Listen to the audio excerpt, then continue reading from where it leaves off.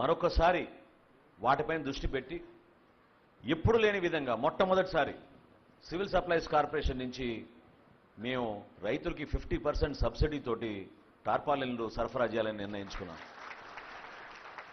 ఎందుకంటే మీరు కష్టపడి పండించిన ధాన్యాన్ని కల్లాల దగ్గరే మీరు వాటిని ఉపయోగించుకునే విధంగా అక్కడి నుంచి నేరుగా మిల్లర్ల దగ్గర తీసుకొచ్చే విధంగా మీకు టార్పాలిన్ అందించాలని ఒక నిర్ణయం తీసుకుని టార్పాలిన్ కొనుగోలు విషయంలో కూడా ముందడుగు వేశాం. వీటితో పాటు ఇంతకుముందు నేను చెప్పినట్టు కేవలం వ్యాపారవేత్తలకో బడాబాబులకో మిల్లర్లకో భయపడాల్సిన అవసరం లేదు. వాళ్ళందరూ కూడా మన సమాజంలో భాగస్వాములే.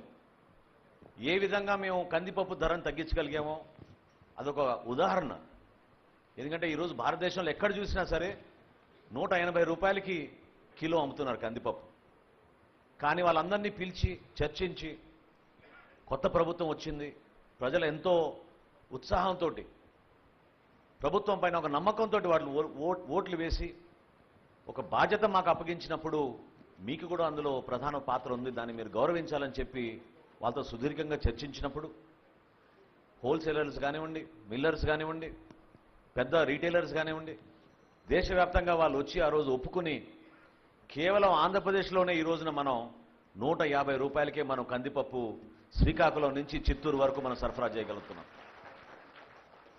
ఆ విధంగా కొన్ని చర్యలు తీసుకున్నాం. బియ్యం విషయంలో కూడా నేను మీకు మాట ఇస్తున్నాను, గతంలో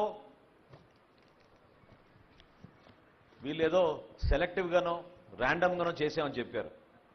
అంటే ధాన్యం కొనుగోలు కోసం మీరు రైతు భరోసా కేంద్రాలకు వెళ్తే మీకు ఒక చీటీ ఇచ్చి, కంప్యూటరే ఇచ్చింది ఈ చీటీ, పలానా చోటకి వెళ్ళి మీరు అక్కడ ఆ పలానా మిల్లులోనే మీరు ధాన్యాన్ని తీసుకెళ్ళమని చెప్పేవాళ్ళు.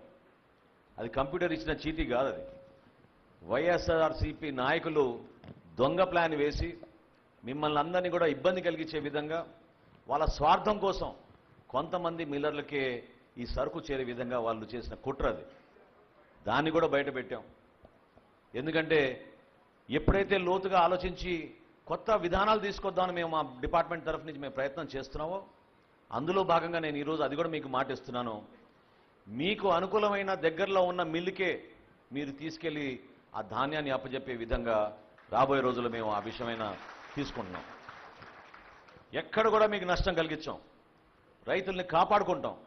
ఆ భరోసా మీకు ఇవ్వడానికి కోసమే ఈ ప్రభుత్వం ఇటువంటి అడుగులు ముందుకేస్తోంది.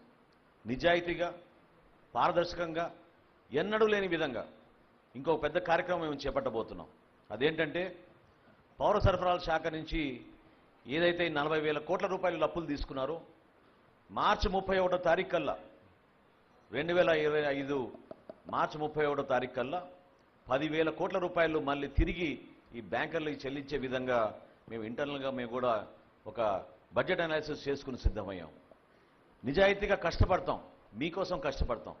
ఎక్కడ కూడా ఈ ఖరీఫ్ మాసానికే మీరు చూస్తారు ఎంత తేడా వచ్చిందో ప్రభుత్వంలో. ఏ విధంగా పరిపాలన, మీరు మంచి అభ్యర్థులకు మంచి వ్యక్తుల్ని మీరు గెలిపించినప్పుడు మీకోసం ఎట్లా నిలబడతారో మీరు చూశారు. మీకోసం పోరాడతారు. శాసనసభలో కూడా మొన్న 4 రోజులు శాసనసభలో కూడా ప్రతిరోజు రైతుల విషయం గురించే ప్రస్తావించారు మన గౌరవ సభ్యులందరూ కూడా. మీ పక్షాన్ని నిలబడ్డారు. ఎందుకంటే మీరు ఎదుర్కొన్న కష్టాల గురించి, ఏ విధంగా మీరు దేశానికి మీరు రక్షణగా నిలబడుతున్నారో, ఏ విధంగా ఇంతమందికి మీరు ఆహార ధాన్యాల ద్వారా మీరు ప్రతి కుటుంబం సంతోషంగా ఉండేటట్టు మీరు చేస్తున్న కష్టాల్ని గుర్తించి ఆ పొరపాటు ఎక్కడ జరగకుండా మీ పక్షాన్ని నిలబడి పోరాడుతున్నారు మన ప్రజాప్రతినిధులు. అదేవిధంగా ప్రభుత్వంలో కూడా గౌరవ చంద్రబాబు నాయుడు గారు, అదేవిధంగా ఉప ముఖ్యమంత్రి గారు పవన్ కళ్యాణ్ గారు నిరంతరం మన ప్రాంతానికి, మన రాష్ట్రానికి, మన ప్రజలకి ఏ విధంగా మనం అభివృద్ధి చేసుకుంటూ ముందుకెళ్దాం, గతంలో ఉన్న పూర్వవైభవాన్ని మన ఆంధ్రప్రదేశ్కి మరొకసారి తీసుకొచ్చే విధంగా కష్టపడదామనే ఆలోచన తప్ప వేరే ఆలోచన లేదు.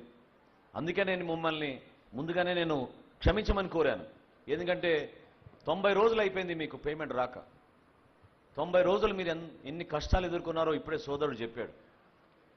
ఒక రైతు కనీసం కష్టపడి పండించిన ధాన్యాన్ని అమ్ముకున్నాక సొమ్ము చేతికి రాకపోతే ఆయన చాలా ఇబ్బందులో ఉంటారు.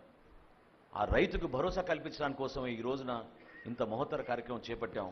మీ అందరూ కూడా భవిష్యత్తులో ఆ భరోసా నింపుకునే విధంగా ఎక్కడ కూడా మీరు ప్రభుత్వం నుంచి పొరపాటు జరిగిన భావన మీలో రాకుండా మా శాఖనే కాకుండా ఈ ప్రభుత్వం మొత్తం కూడా రైతుకి పక్షపాతిగా నిలబడి రైతన్నకి పెద్దపీట వేస్తామని మీకు ఈ సభ ద్వారా మీకు మనస్ఫూర్తిగా తెలుపుకుంటూ రాబోయే రోజుల్లో